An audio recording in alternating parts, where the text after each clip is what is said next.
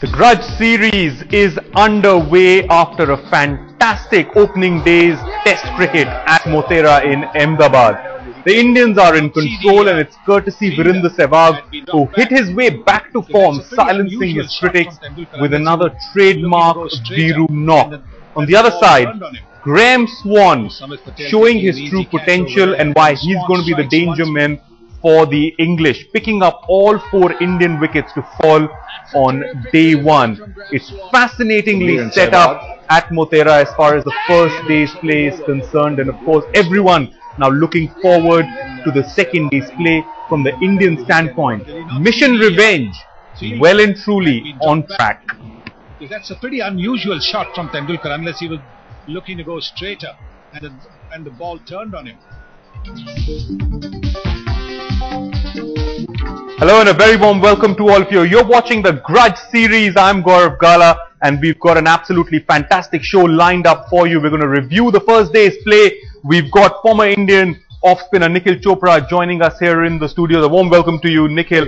But we're going to go across straight live to Motera in Ahmedabad as well, where we've got 2 former Indian captains joining us live. We've got Saurav Ganguly and Kapil Dev to complete the best expert commentary team on Indian television. But first up, let's tell you how a superlative century from Virender Sehwag and another tenacious unbeaten knock from the young Cheteshwar Pujara had put India in control of this first test match. The duo standing tall as the hosts have powered their way to 323 for 4. But Graham Swann has showed that on these Indian pitches, he's going to be a handful in this series as well. Here's a report.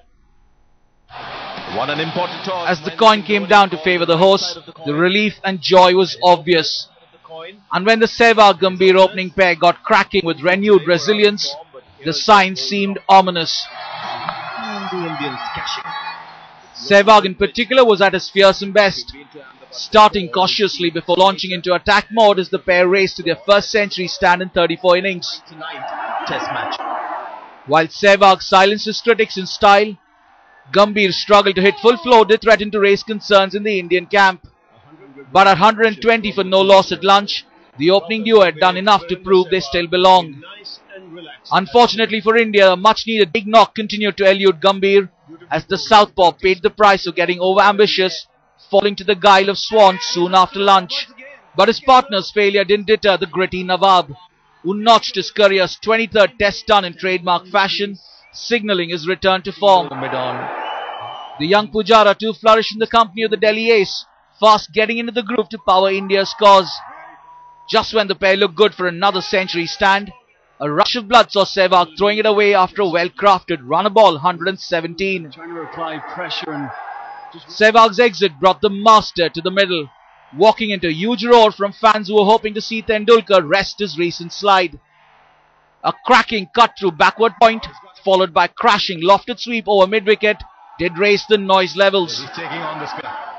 But the Motera crowd is soon stunned into silence as the champion went for 1 shot too many, gifting his wicket away to Swann's utter delight minutes before the tea break. And it's 200. The challenge was out for India's young guns, Kohli and Pujara, to stem the sudden slide of wickets. That's a shot. But sadly, the highly rated Kohli played a disastrous shot, allowing Swann to breach past his defences to leave India at 283 for 4. The ball outside the off-stump spun. Back in the test fold after nearly a year, comeback man Yuvraj Singh did start tentatively before his flowing willow soon took charge. And this majestic cover drive of the very last ball of the day from Pujara's willow left him just too short of what will be a brilliant second test done as India took the opening day honours at a healthy 323 for 4. Sports Bureau headlines today. Day 1 honours going the India way, but of course the test match fascinatingly set up at this point in time. Let's not wait any longer. Let's go straight live across to Ahmedabad where we've got Kapil Dev, Saurav Ganguly joining us live right now. Kapil Paji, coming to you first. The Indians in control, but only a wicket away from England right being back in the match. 11, 12. Yeah, I think when you have already 320 odd runs, already India sitting on a very safe position. Yes, there is hiccups. We've seen that, but I can't see that England can bounce back from here. Yeah, perhaps if they can take it another 6 wickets, 7 wickets within no time, then it can be different thing. But Virender Sehwag and Pujara played what a fantastic cricket. Both of them played a beautiful cricketing century by Virender Sehwag and very well timed 98 by Pujara. Dada, given what you saw of this first day pitch at Motera, what would you say is a realistic target that Dhoni and his boys would be looking at right now? Well, they don't need to worry about targets at the present moment. They just need to bat. They are 324 for 4 and they still have got 6 wickets. It's a new ball, so runs will come on this pitch with the new ball because it gets harder once the ball gets older. So India doesn't need to worry. They won a good toss and they batted very well on the first day. It's England who's got to bat second and bat fourth with 2 spinners coming at them. We saw what Graham Swan did today. So as the test match progresses, it's going to turn and bounce even more. So it's going to be hard work for England. Nikhil, would you say that, sitting here in Delhi looking at the encounter on television, the Indians looked pumped up? There was, of course, this whole talk about the Indians wanting revenge for what happened last year in England. And the Indian team came out and there was this real purpose about the way they played. Well, they should be. They want to go out there and take that revenge, like you just said, what happened to us in England. And the kind of track that Mahendra Singh Dhoni wanted from day one, and he's been saying that in a couple of press conferences just before the start of the test match. The ball's turning from day one, and we saw Graham Swan posing a threat, and as the test match progresses, it's only going to spin a lot more. Yeah. But I have a feeling it'll probably get a little slower, but that's when Pragyan Ojha and R. Ashwin will come into probably their best.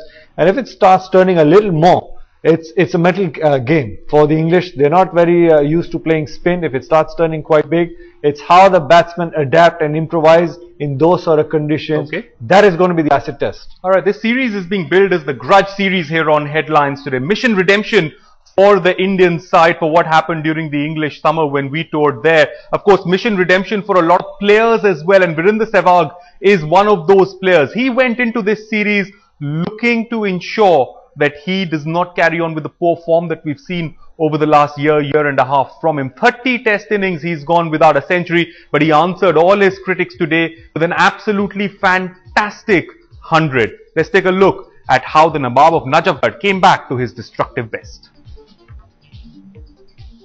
Still got 190. The destroyer is back. Virender Sehwag roaring back to form in trademark style.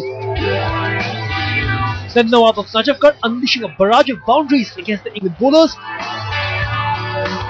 on the first day at Ahmedabad, silencing the critics who had been gunning for his head. The last couple of years have been nightmarish for the dashing opener. Viru struggled for form in tests as India lurched from one disaster to another. In fact, in the last 2 years, Sehwag has managed just 909 runs in 16 tests with a top score of 79. His average, a paltry 33.66. But now, Viru has hit back in style. Playing a swashbuckling knock that was the perfect mix of caution and aggression, Viru started off cautiously against the English pacers. But once he got his eye in, he was back in his elements. Merciless on the pacers, destructive against the spinners, as he single-handedly wrested the initiative for Team India. This is the Sehwag that Team India had been missing in the last few test debacles. The one-man demolition army bludgeoning the opposition into submission. He plays his own game and is not bothered by anything else. I think I wish him, I would like to congratulate him for this century. And it's really a treat to watch him bat in front of me. Sehwag had been under fire. His place in the team was under the scanner. Excellent shot of the back foot. Critics were sharpening their knives, waiting for him to fail one more time. That is a good shot. But the Nawab of Najafgarh has hit back like a true champion, raising his game when it mattered. Surprise use of the feet.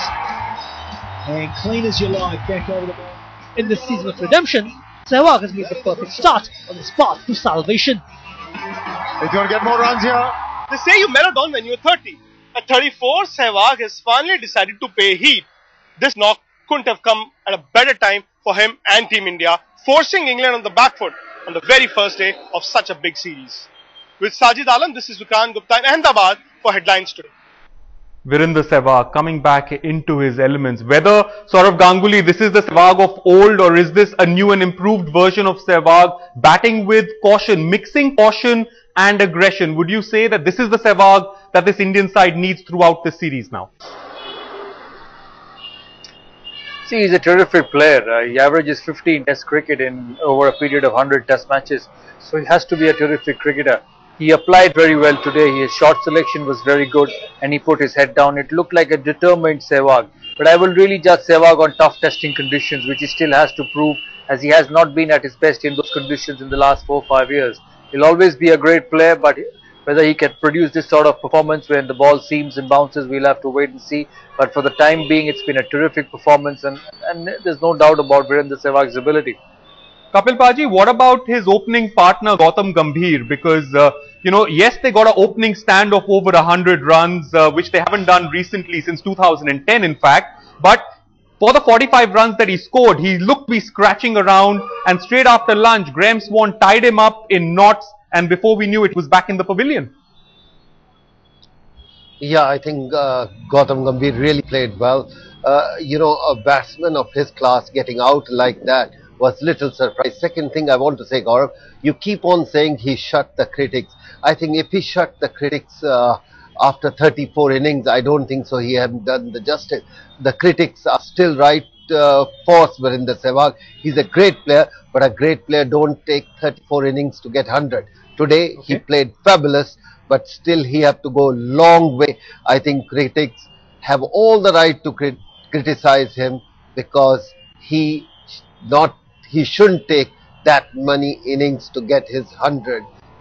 Good to see he's back, but I think he have to go a long way to prove himself right and critics wrong. But Kapil Paji, I want to point your attention to a stat, a very interesting statistics that we've got for day one. In the first session, India's run rate was 4.29. They scored 120 runs. In the second session, India's run rate was 4.33. They scored 130 runs. But in the third session, when Sehwag was not out there in the middle, India's run rate dropped to 2.28. So run scoring became a lot more difficult when Virender Sehwag was not out there on the pitch. So do you think that factor, of course, means that he's invaluable to this Indian side, no matter how his form is? Oh, definitely, without any doubt. I think when he gets runs, you are ready to look to see that you can win the test match within 4 days. There is no comparison in that manner. And when we lost 3 wickets, I think it was very obvious, Virat Kohli and Yuvraj, they just want to make sure they get established in test cricket. So they just played little too conscious. I would say Yuvraj also, he was playing very conscious. Have they get little bit runs in their pocket, the attitude will be different. I would say Pujara played very sensible. When you lose Sachin Tendulkar, you lose, Virender Sehwag and Virat Kohli, I think then he shut down and he decided, I want to stay till the evening and new ball is coming, I will settle tomorrow. Dada, talking about Sachin Tendulkar, Paji touched upon him. He came out, looked to dominate the bowling straight from the bat, but 13 runs, he got a bit of a sighter, but again threw his wicket away, and it was only 5 minutes to go to tea at that time when he decided to loft Graham Swan. Do you think someone of his maturity, someone who started his 24th season in international cricket now, should not have played that shot? No, I don't think so. If you don't play shots, how will you get runs in any form of cricket? Forget just test cricket. He wanted to hit Swan over mid-on, but with the spin and the bounce, it just went on to mid-wicket. These things happen in sport, but he looked good. He was getting on the front foot, which is key to Tendulkar's success right throughout his career. If you look at the stride which was there in the series against New Zealand and the stride today, there was a distinct difference. So we've seen some good things for Tendulkar in his short innings. It's a long series, 4 test matches. He'll probably have another 6 to 7 innings before the series finishes, and I'm sure he's going to get some runs. All right, fair point that. Let's also bring into focus the England bowlers, because on the day, most of them pretty much struggled at Motera, barring one bowler. And that, of course, is one of the best off spinners in the world at this point in time. His name is Graham Swan, and he's the only one who picked up any wickets to fall today. He picked up 4 of them, taking 4 lead Indian batsmen in that performance at Motera. Of course, he accounted for all the wickets to fall on this particular day. Virender Sehwag, Sachin Tendulkar, Virat Kohli and Gautam Gambhir. And 3 of those wickets, Nikhil Chopra, were clean bowled. He got those batsmen. Viru's shot, maybe you can say a bit rash, trying to try an ambitious slog sweep from way outside the off stump. And Sachin Tendulkar, of course, as we saw, trying to hoik him over mid-on. Well, he's bowled well. He's always kept coming hard at the batsman, kept asking questions. And the good thing was the consistency of the line and length. And of course, the variations in flight, the speed variations that he's been bowling. And I keep saying that, overseas spinners, when they come to India, the only reason why they struggle a little more is they are not able to hit the lengths correctly. And as the test match progresses, the track's going to probably get slower, and you'll see Graham Swan, on day 1 has been able to, vary his pace even with the old ball. When he got the ball old, it doesn't come onto the bat. So his speed got a little more as the ball was getting older. So it just goes to show he's on top of his game, and of course he's been able to get that ball to turn and bounce on day 1 also. So he'll always pose a threat. Dada, I'm sure the Indian spinners in the dressing room, Ojha and Ashwin, would be licking their lips of what they've seen on day 1 at this pitch. Yeah, they will, but to be honest, there hasn't been any vicious turn on day 1, except probably the delivery from for Virat Kohli. This is pretty much regular on Indian surface, but as the test match progresses, there will be more turn. They'll be happy that the skipper has won the toss for them, which is a big thing in these conditions, and especially on these surface. Winning toss in the subcontinent is a big plus, and they'll bowl second and they'll bowl fourth in this test match when the wickets are going to get drier and a lot rougher. So they will have opportunities to run through England, but on day 1, I have not seen any demons on the pitch yet. Dada, just going by how the ball's been spinning on day 1, do you think in this test series we'll probably get to see 3 spinners play and probably Harbhajan get a game? No, I don't think so. I don't think Dhoni will go that way, going 3 spinners, because you've got Yuvraj Singh in the squad who will bowl a lot for Mahendra Singh Dhoni. I don't see 3 spinners are the right way to go in any side, even if it's a turner. You need your 2 fast bowlers, you need the balance, because it reverses in India, and you want your fast bowlers to come into the game, because both Umesh Yadav and Zahir Khan can reverse. Umesh has got pace, which was somehow lacking in this England attack. So I don't see India going with 3 spinners at any stage in this series. Okay, Kapil Paji, we're running out of time. Final words to you. What are you looking forward to tomorrow? What should India be doing? What should Dhoni be telling them early in the morning in the dressing room before they go out to play? I think every morning and the ball is new. First 5-7 overs is very important. Both the batsmen, not for Dhoni's sake, for their own sake, they should just stay there and try to make sure they can get over with the first 5-6 over. After that, there is no need to say anything. Yuvraj, such a great striker, and captain himself have to come. Anywhere 450 plus will be a great total on this pitch. As Saurabh said, 4th inning will be very tough. So you are already made a score and total on the board. So you can't lose the test match from there. Only one way you can win it. Only way you can lose if you really play a very poor cricket from here. Alright, fantastic. 450 bare minimum what we're looking at from the Indians at this point in time. Saurabh Ganguly, Kapil Dev, an absolute pleasure talking to you guys from Ahmedabad. Nikhil Chopra, always a pleasure having you in the studios as well.